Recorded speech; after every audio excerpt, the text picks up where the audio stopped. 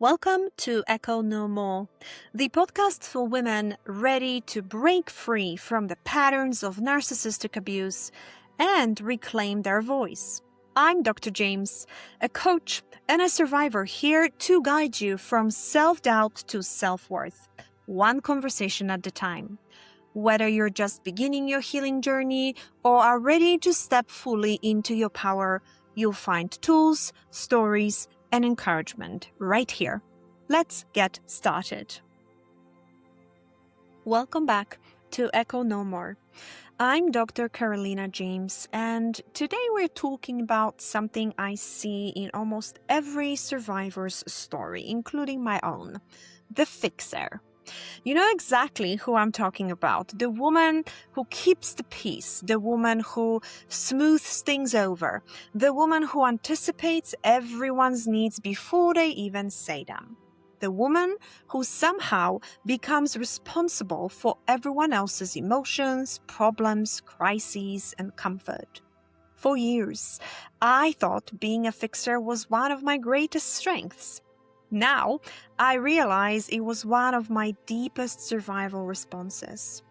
Have you ever felt like it's your responsibility to keep everyone happy? That if someone is upset, you need to calm them down? That if there's tension in the room, it's somehow your job to resolve it?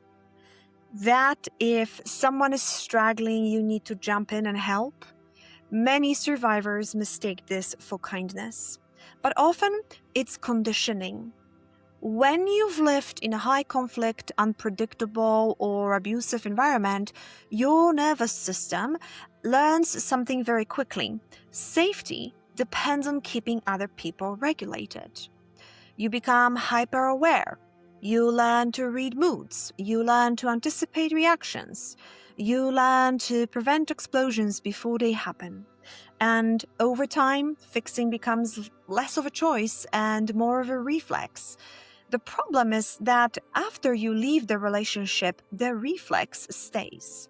You bring it into friendships, work, parenting, family relationships, even dating.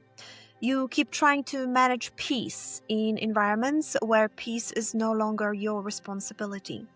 And eventually, it becomes exhausting. Let's talk about why this happens. Well, in abusive relationships, peace is often conditional. Love is conditional, acceptance is conditional. You learn that conflict has consequences. You learn that disengagement and disagreement can trigger punishment. You learn that other people's emotions directly impact your safety. So, your nervous system develops a strategy. Fix it, manage it, prevent it, control it. Not because you are controlling, because you're surviving. Many survivors become incredibly competent. We are problem solvers, researchers, organizers, planners, crisis managers. We become the person everyone relies on. And while those skills can be valuable, they often come with a hidden cost. The cost is ourselves. Because when you're constantly focused on everyone else's needs, you stop asking what you need. When you are always carrying other people's burdens, eventually you become too tired to carry your own.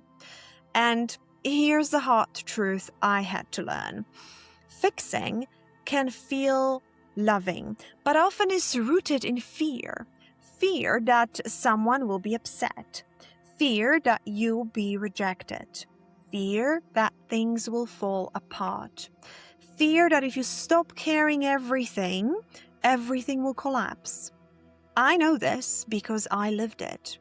For most of my life, I was the fixer. In relationships, at work, in friendships, in my family, and certainly as a mother. People would describe me as strong, resilient, dependable. And while I appreciate those qualities, I eventually realized something. A lot of what looked like strength was actually fear. I was afraid of letting people down, afraid of conflict, afraid of disappointing others, afraid of what would happen if I stopped carrying responsibilities that were never actually mine. As a single mom, this became even more obvious.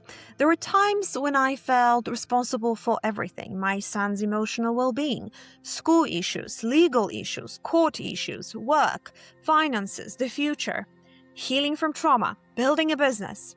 I convinced myself that if I just worked harder, planned better, documented more, anticipated every possible problem, then maybe I could finally relax. But there was always another problem, another responsibility, another fire to put out, and eventually I realized something. I wasn't exhausted because life was hard.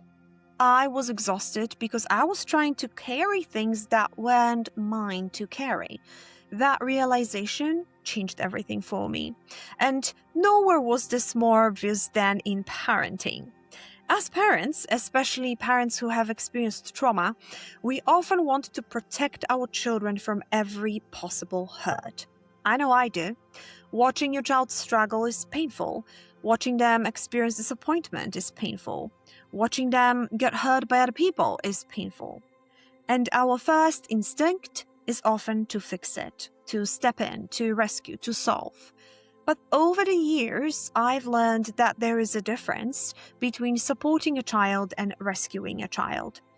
Supporting says, I believe you can do hard things. Rescuing says, I don't think you can handle this. Now, obviously, there are times when our children genuinely need for us to intervene. Advocacy matters, prevention matters, protection matters, safety matters. But sometimes the fixing isn't actually about them. Sometimes it's about our own discomfort. Sometimes watching them struggle activates something inside us, and we rush in because we are uncomfortable with their discomfort. One of the hardest lessons I've learned as a parent is that resilience isn't built when we remove every obstacle. Resilience is built when children discover they can survive obstacles. Our job isn't to eliminate every challenge. Our job is to walk beside them through those challenges, to remind them they're capable, to help them build confidence, to show them that discomfort isn't the same thing as danger. And honestly, that's harder than fixing, because fixing feels productive, trusting feels vulnerable. And so, how do we stop being the fixer? First, pause. When someone comes to you with a problem, resist the urge to immediately solve it. Ask yourself, is this mine to carry?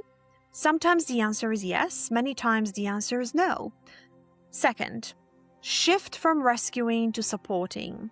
Instead of immediately offering solutions, try asking questions. What do you think might help? What have you considered? What support do you need from me? Notice the difference. You're not taking responsibility for their problem. You are supporting them as they take responsibility for it. Third, allow other people to experience discomfort. This one is hard, especially for survivors, but other people's emotions are not emergencies.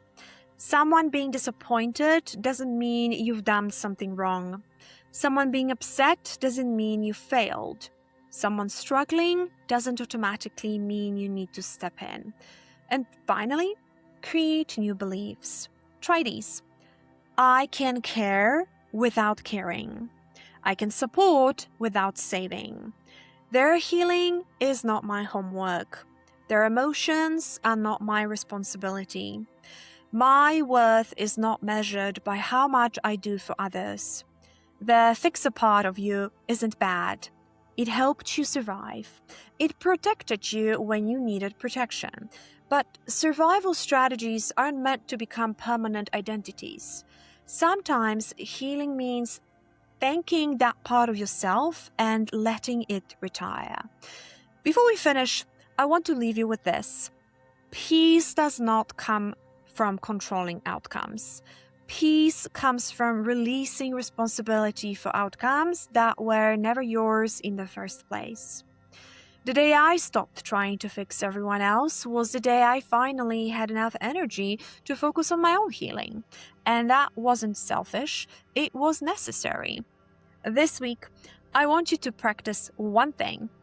Find one situation where you normally jump in to rescue, fix, solve, or manage. And instead, pause. Take a breath. Ask yourself, is this mine to fix?